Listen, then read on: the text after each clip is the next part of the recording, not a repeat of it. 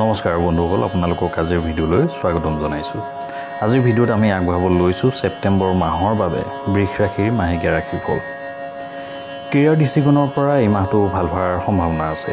শনি পশ্চাদগামী অৱস্থাত দশম ঘৰত থাকিব, যাৰ বাবে কৰ্মক্ষেত্ৰত প্ৰচুৰ কষ্ট হ'ব।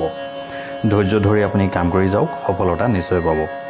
আপোনাৰ কঠোৰ পৰিশ্ৰম কেতিয়াও অথলে নাযায় আৰু আপোনাক ভাল সফলতা দিবলৈ সক্ষম হ'ব। মাহৰ প্ৰথমাৰ্ধত কেতুৰ সৈতে শুক্ৰ পঞ্চম স্থানত থাকিব, যাৰ বাবে আপোনাৰ চাকৰি সলনি কৰিবলৈ মন যাব আৰু কিছু প্ৰচেষ্টাও চলাব, কিন্তু সম্পূৰ্ণ সফলতা লাভ কৰাত কিছু সন্দেহ নিশ্চয়কৈ থাকিব। 18 ছেপ্টেম্বৰৰ পৰা শুক্ৰই তুলা ৰাশিত প্ৰৱেশ কৰিব, যাৰ ফলত আপোনাৰ চাকৰিত স্থিৰতা আৰু অনুকূলতা আহিব আৰু আপোনাৰ প্ৰত্যাহ্বান কমি যাব।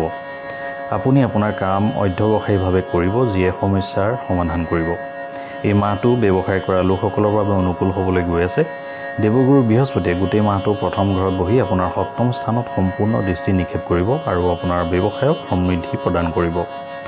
আপোনাৰ চিন্তা আৰু বুজাবুজিৰ বিকাশ হ'ব। মংগল মাহৰ আৰম্ভণিৰ পৰা দ্বিতীয় ঘৰত উপস্থিত থাকিব, যাৰ বাবে আপুনি আপোনাৰ ভাষণত কিছু গুৰুত্ব দিব লাগিব। আৰ্থিক দিশত এই মাহটো আপোনাৰ বাবে ভাল অগ্ৰগতিৰ বাৰ্তা কঢ়িয়াই আনিব। ৰাহু গোটেই মাহটো একাদশ স্থানত থাকিব আৰু শুক্ৰও পঞ্চম স্থানত মাহৰ আৰম্ভণিতে একাদশ স্থানলৈ চাব। ইয়াৰ ফলত আৰ্থিক সমস্যা হ্ৰাস পাব আৰু আয় ভালদৰে বৃদ্ধি হোৱা আপুনি দেখিবলৈ পাব। প্ৰথম স্থানত মংগলে আৰু দ্বিতীয় স্থানত বৃহস্পতি উপস্থিত থাকি আপোনাৰ আৰ্থিক অৱস্থাৰ উন্নয়ন কৰাত গুৰুত্বপূৰ্ণ ভূমিকা পালন কৰিব। ব্যৱসায়ত অগ্ৰগতি হ'ব আৰু ব্যৱসায়ৰ পৰা অৰ্থনৈতিক লাভো কৰিব। 16 ছেপ্টেম্বৰৰ পৰা সূৰ্য আৰু 23 ছেপ্টেম্বৰৰ পৰা বুধ কন্যা ৰাশিত থাকি একাদশ স্থানলৈ চালে আয়ৰ ভাল বৃদ্ধিৰ সম্ভাৱনা থাকিব। 18 ছেপ্টেম্বৰৰ পৰা শুক্ৰ ষষ্ঠ স্থানত প্ৰৱেশ কৰিব আৰু দ্বাদশ ঘৰটোলৈ চাব, যাৰ ফলত আপুনি কিছুমান বিলাসিতাত খৰচ কৰিব, কিন্তু আপোনাৰ খৰচ মূলতঃ নিয়ন্ত্ৰণত থাকিব।